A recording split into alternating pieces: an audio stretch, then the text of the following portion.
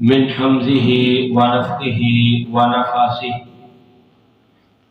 بسم اللہ الرحمن الرحیم۔ قرآن مجید کی تلاوت کرنے والا اور اس پر عمل کرنے والا سب سے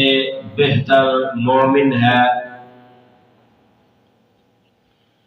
حضرت ابو موسیٰ اشعری رضی اللہ تعالی عنہ نبی صلی اللہ علیہ وسلم سے روایت بیان کرتے ہیں، قال مثل الذی یقرأ القرآن، مثال بیان کرتے ہیں نبی صلی اللہ علیہ وسلم قرآن مجید کی تلاوت کرنے والے مومن کی مثال میٹھے لیموں کی مانند ہے، اس کا ذائقہ بھی اچھا اور خوشبو بھی اچھی ہوتی ہے، اور قرآن مجید کی تلاوت نہ کرنے والے مومن کی مثال کھجور کی مثال بیان کی ہے کہ اس کا ذائقہ تو اچھا ہے لیکن خوشبو نہیں ہے۔ قرآن مجید کی تلاوت کرنے والے گناہگار آدمی کی مثال ریحان خوشبو کی سی ہے، اور اس کی خوشبو بہت اچھی ہے، ذائقہ کڑوا ہے، اور قرآن مجید کی تلاوت نہ کرنے والا گناہگار اس کی مثال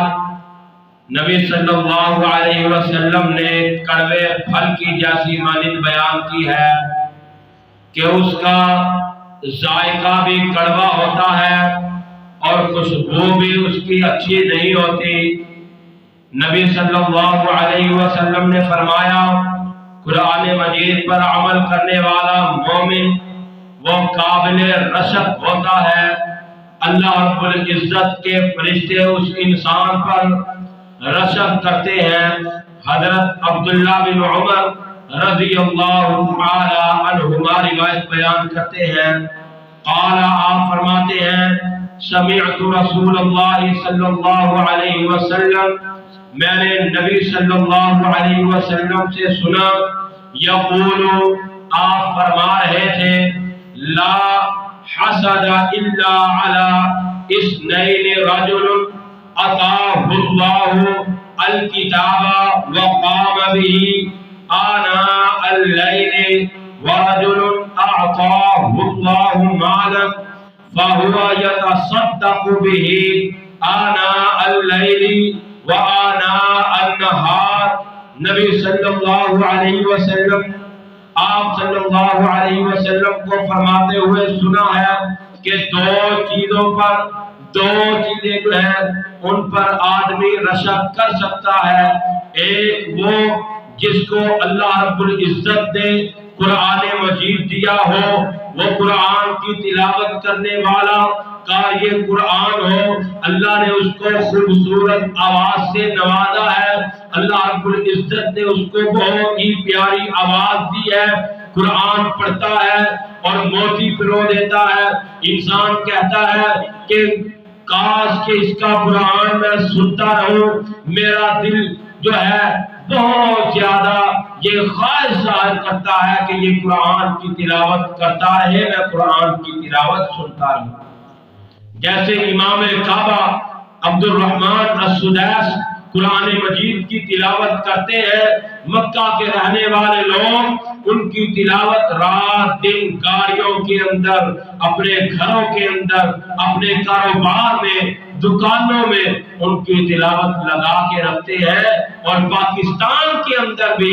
ادھر بھی لوگ جو ہے بہت زیادہ ان کی تلاوت کا شوق رکھتے ہیں کہ ان کی تلاوت سنی جائے، ان کے ساتھ جو ہے تلاوت کے ساتھ ہمارا دل جو ہے باغ باغ ہو جاتا ہے۔ اس لیے اس چیز پر رشک کرنا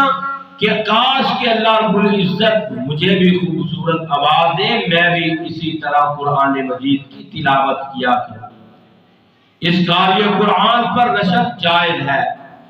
دوسرا وَرَجُلٌ أَعْطَاهُ اللَّهُ مَالًا،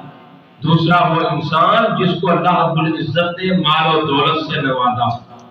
بہت زیادہ مال و دولت دیا ہے، امیر آدمی ہے، انسان خواہش کرے کہ کاش کہ اللہ رب العزت مجھے بھی مال دے، میں بھی اسی طرح رات دن اللہ کے راستوں کے اندر خرچ کروں۔ اس امیر آدمی پر، اس قاری قرآن پر، ان دونوں پر رشوت کرنا جائز ہے، ان پر رشوت کیا جا سکتا ہے۔ لیکن اگر کسی انسان کو اللہ نے مال دیا ہو، انسان یہ خواہش کرے کہ اس کا مال چھن کر میرے پاس آ جائے، یہ ہوتا ہے حسد۔ یہ ناجائز ہے، درست نہیں، مسلمان کے لیے جائز نہیں ہے حسد کرنا، کیونکہ حسد انسان کی نیکیوں کو مٹا دیتا ہے۔ نبی صلی اللہ علیہ وسلم نے فرمایا، حدیث تو ضعیف ہے لیکن مفہوم اس کا بہتر ہے۔ آپ صلی اللہ علیہ وسلم نے فرمایا کہ انسان جو حسد کرنے والا ہے، حسد انسان کی نیکیوں کو اس طرح کھا جاتا ہے جس طرح آگ لکڑی کو کھا جاتی ہے،